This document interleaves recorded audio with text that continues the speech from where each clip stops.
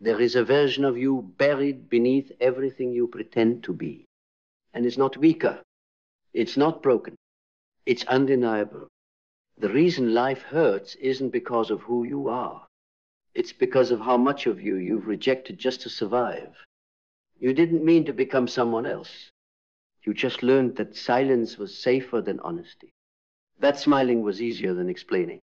That shrinking took less energy than constantly defending your soul.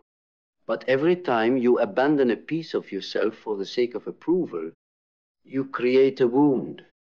And those wounds don't vanish. They wait. They wait in your shadow. The shadow is not your enemy. It is everything you exiled in order to be accepted. Your rage, your hunger, your jealousy, your intensity, your divine, untamed depth, and the pain you feel, that ache, that emptiness, it's not a sign something is wrong with you. It's a sign that your shadow is screaming to be heard. Because when you finally stop running from it, when you turn inward and listen, life doesn't hurt the same way. It transforms. You think the darkness inside you is the threat, but the real danger is the self-denial. The mask you glued to your face so tightly, you forgot where it ends and you begin. The performance you put on so often, it became the prison. But no mask, no matter how convincing, can ever silence the truth forever. Your shadow always finds a way to speak. In self-sabotage. In anger you don't understand. In burnout you blame on others. In addictions you call habits.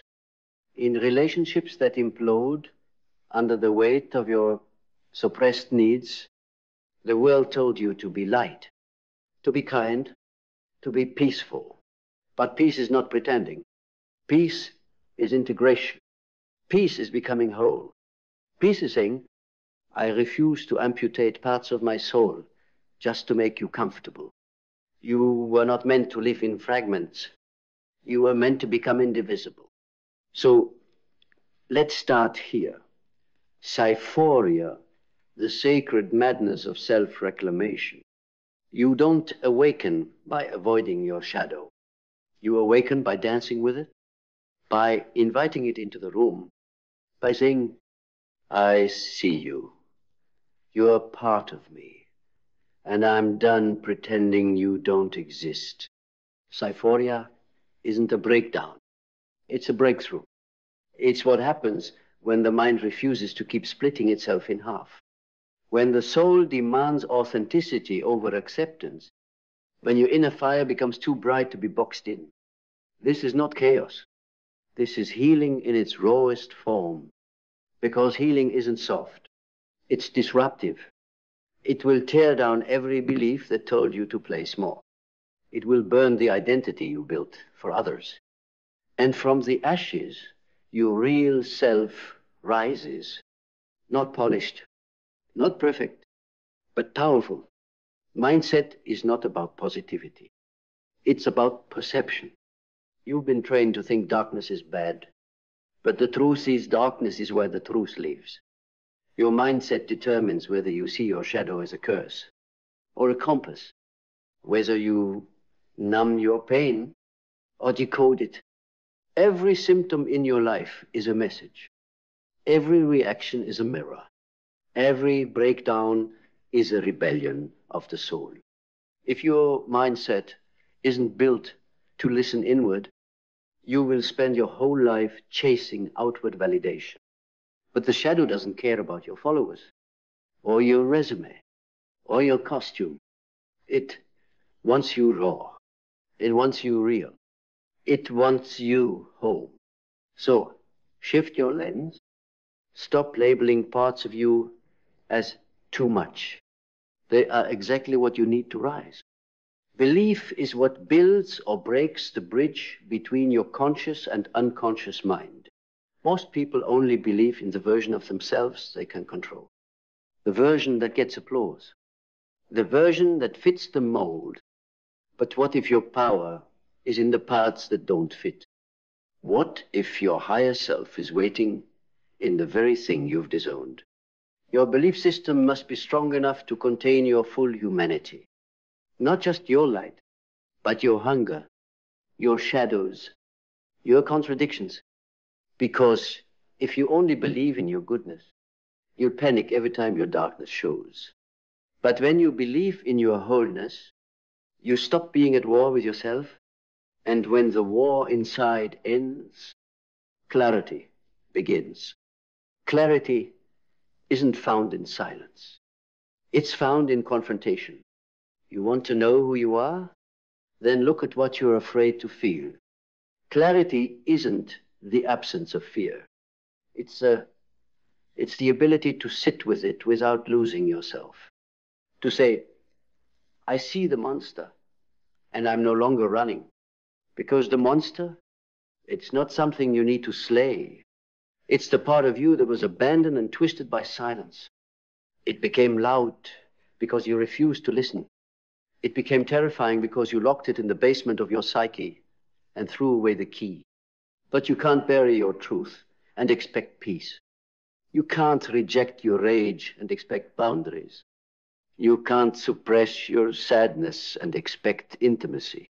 Clarity isn't always pretty, but it's liberating.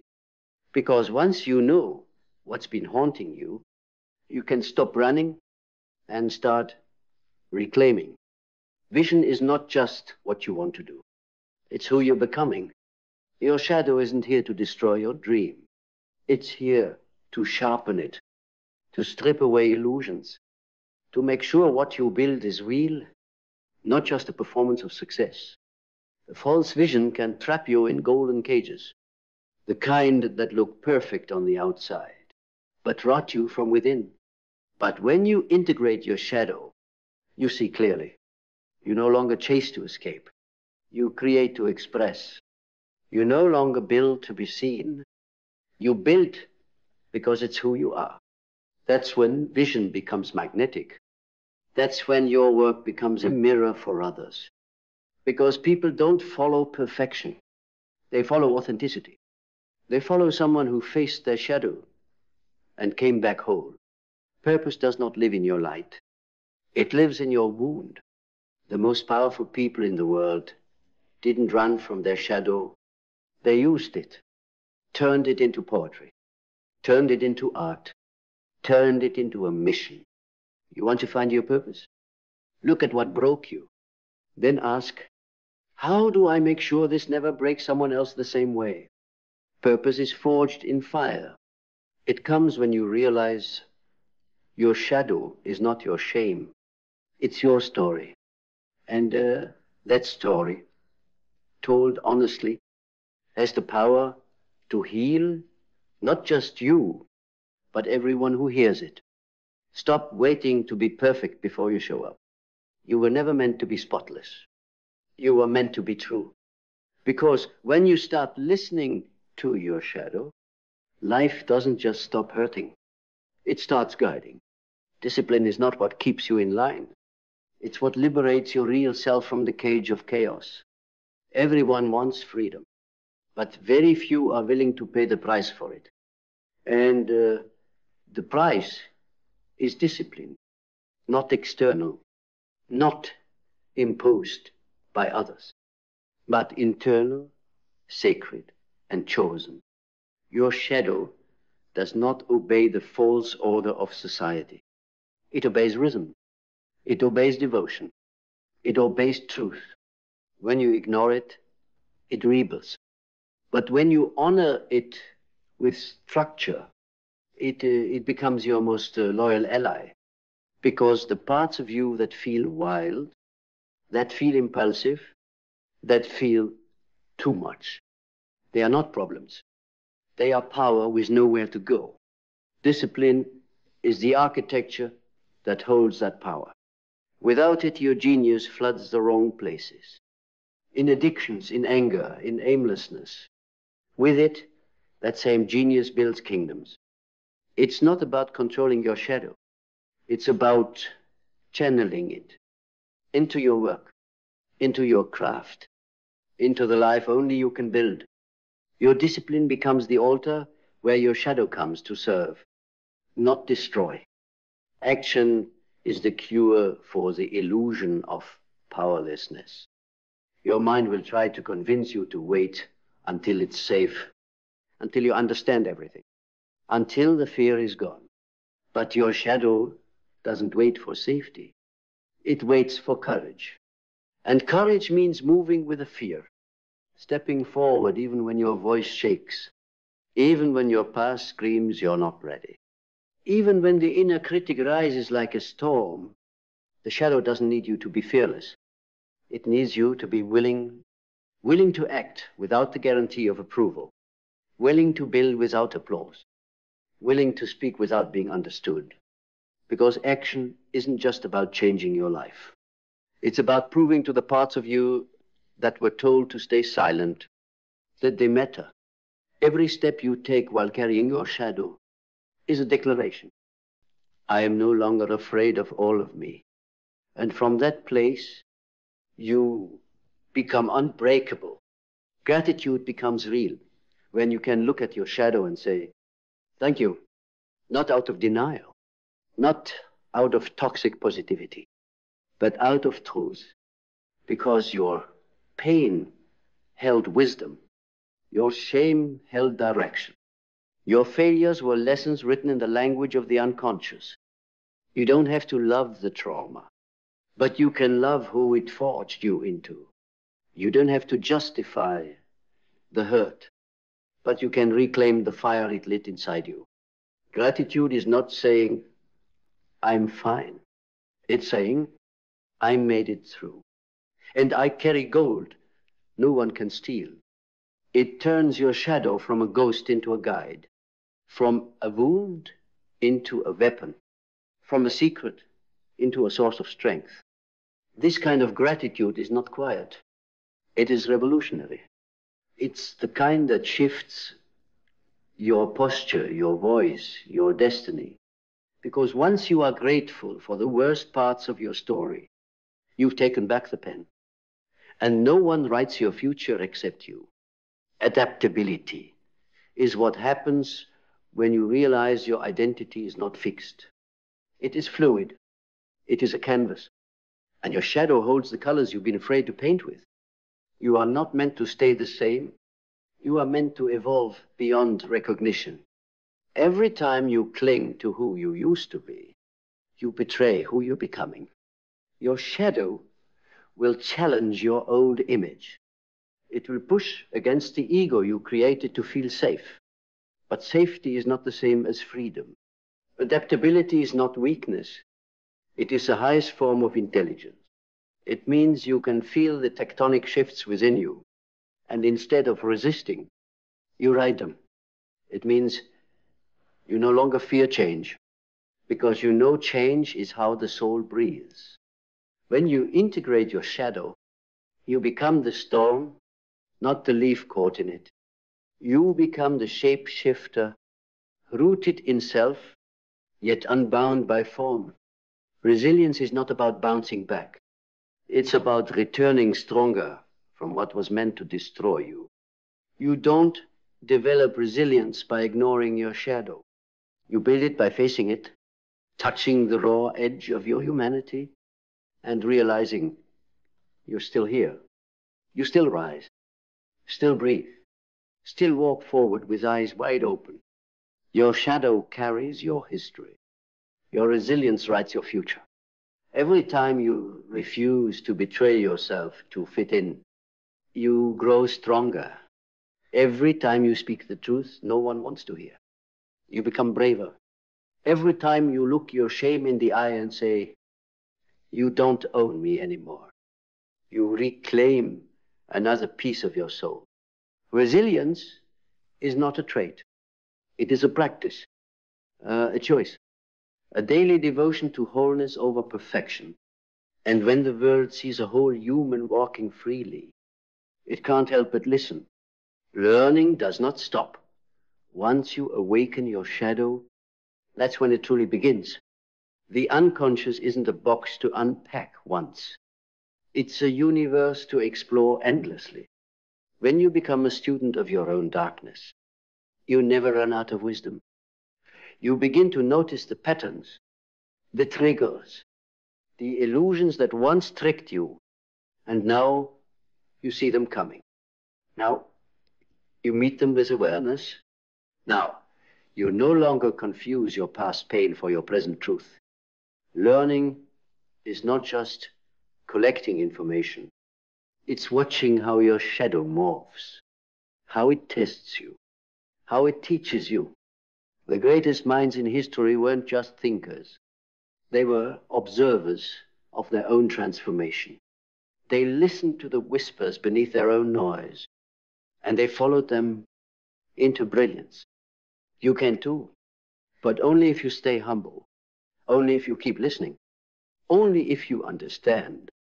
The more you know, the more of your shadow you must embrace, because knowledge without self-awareness becomes arrogance. But knowledge with shadow integration, that becomes wisdom. And now, liberation. Not the kind they sell you, not the fake freedom of saying the right things, looking the right way, performing the right version of success. I'm talking about soul freedom, the kind that terrifies people still hiding from their own truth, the kind that doesn't just change your life, it changes your presence. When you start listening to your shadow, you become impossible to manipulate, because they can't shame you with parts of you that you've already accepted. They can't control you with rejection. When you've stopped rejecting yourself, the moment you integrate your darkness, you stop needing to be rescued. You stop waiting to be chosen. You stop hoping someone else will come make sense of the war inside you. You realize you are the rescuer. You are the architect. You are the one you were waiting for. The shadow was never the villain. It was the unspoken story, the unhealed gift, the fire waiting to be used for something holy. And when you stop burying it, when you sit with it, listen to it, and honor it, it doesn't fight you anymore. It joins you. It fuels your words. It sharpens your decisions. It fortifies your boundaries. It amplifies your creativity. Suddenly, you don't just survive. You build. You command. You reshape your world from the inside out. Because no one can gaslight a person who has made peace with their shadow. No one can fracture a person who is no longer divided within. No one can stop a person who has found wholeness and dares to live from it. So here you are, standing at the edge of who you've been and everything you were meant to be. The mask is melting. The lie is dying. The shadow is no longer knocking. It's standing in front of you, eyes full of grief, power, and potential. And it's asking one question. Will you let me in? Will you stop making me the enemy? Will you stop exiling the parts of you that were never broken, just unwelcomed? Will you finally become whole? Even if it means being misunderstood, feared, different? Because wholeness isn't comfortable, but it is freedom. It is the unshakable strength that comes from no longer hiding, from no longer needing a mask to feel worthy. You were not made to live as half a self. You were not born to play the polished role of who they wanted you to be. You were designed to burn with all of you, the light and the dark, the sacred and the scar, the dreamer and the destroyer. So listen, really listen to the part of you that's been screaming through silence, to the pain that's been waiting to become power, to the shadow that's been guarding your genius like a lion, not because it hated you, but because it loved you too much to be ignored. Let the mask go. Let the war end. Let the shadow speak. And watch as life finally stops hurting. Not because it becomes easy, but because you become whole. Because now you walk with everything you are. And when you do that, you are not just alive, you are awake. And there is nothing more terrifying and nothing more beautiful than a human being who has learned to walk with their shadow. Just because they sit next to you doesn't mean they stand for you. Just because they cheer for you in public doesn't mean they pray for you in private. And just because they smile when you win doesn't mean they aren't secretly relieved when you lose. Not everyone near you is with you. This is a truth most people are too afraid to face, because it requires letting go of illusions that feel like family, friends that feel like safety, connections that feel like home, but only because you forgot what home is supposed to feel like. You've confused proximity with loyalty. But closeness means nothing if the energy doesn't match.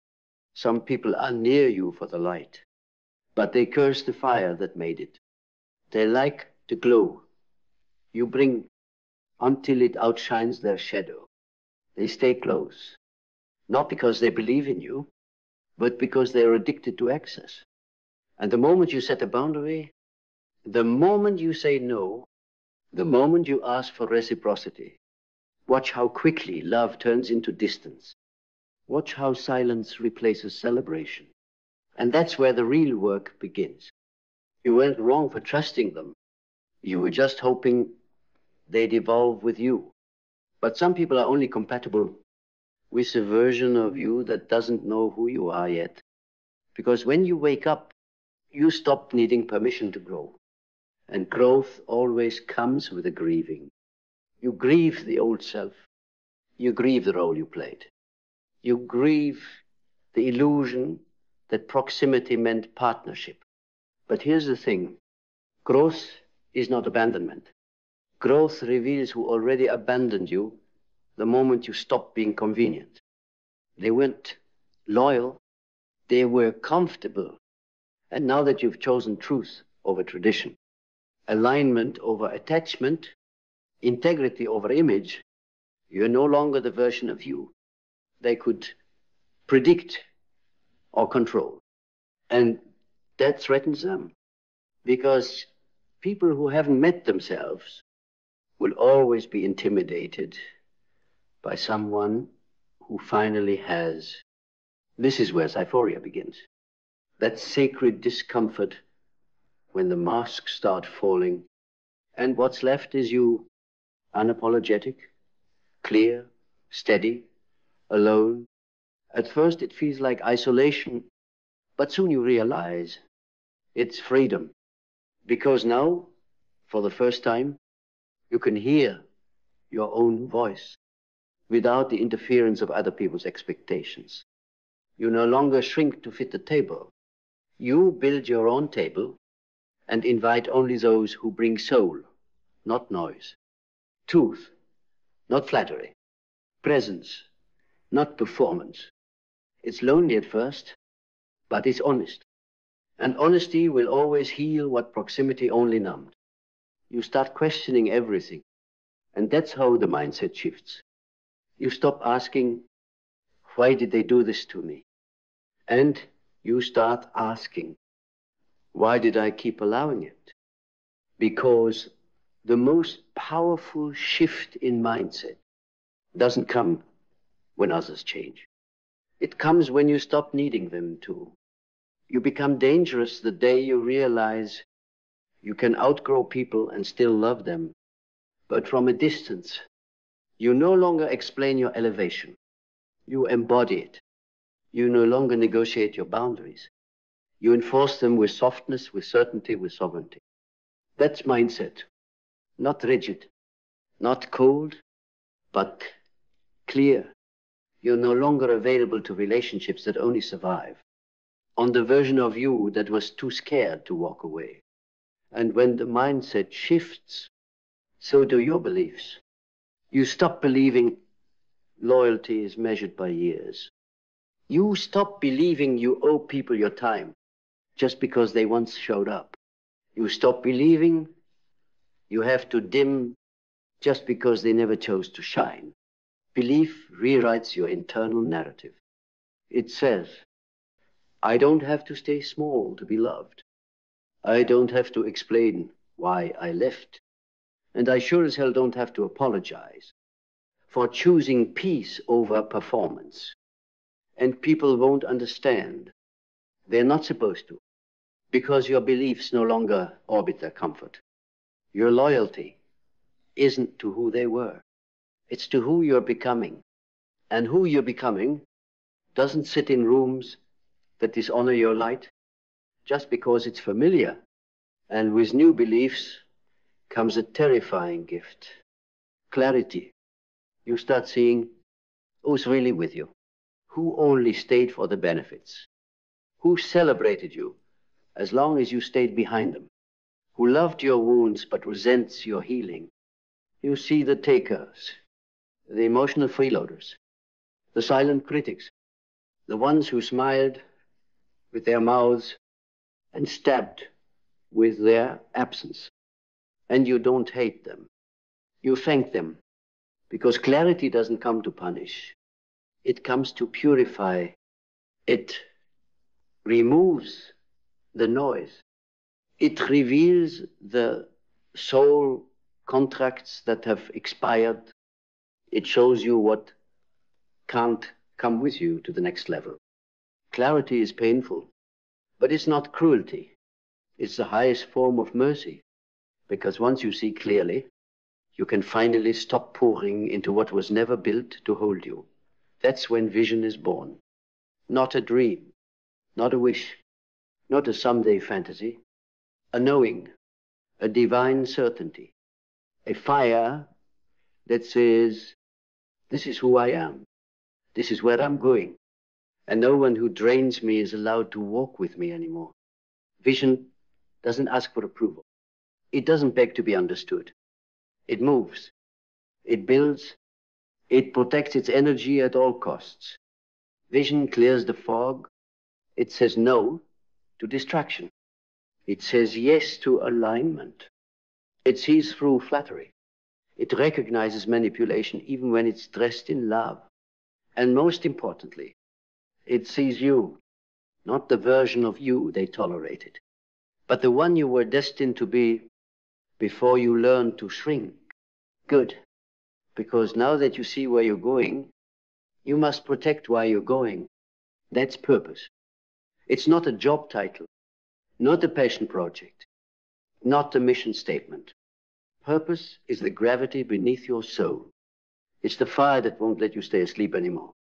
It's the unshakable whisper that keeps rising every time you try to settle. You don't find purpose. You remember it. It's what made your heart race before the world taught you to be efficient.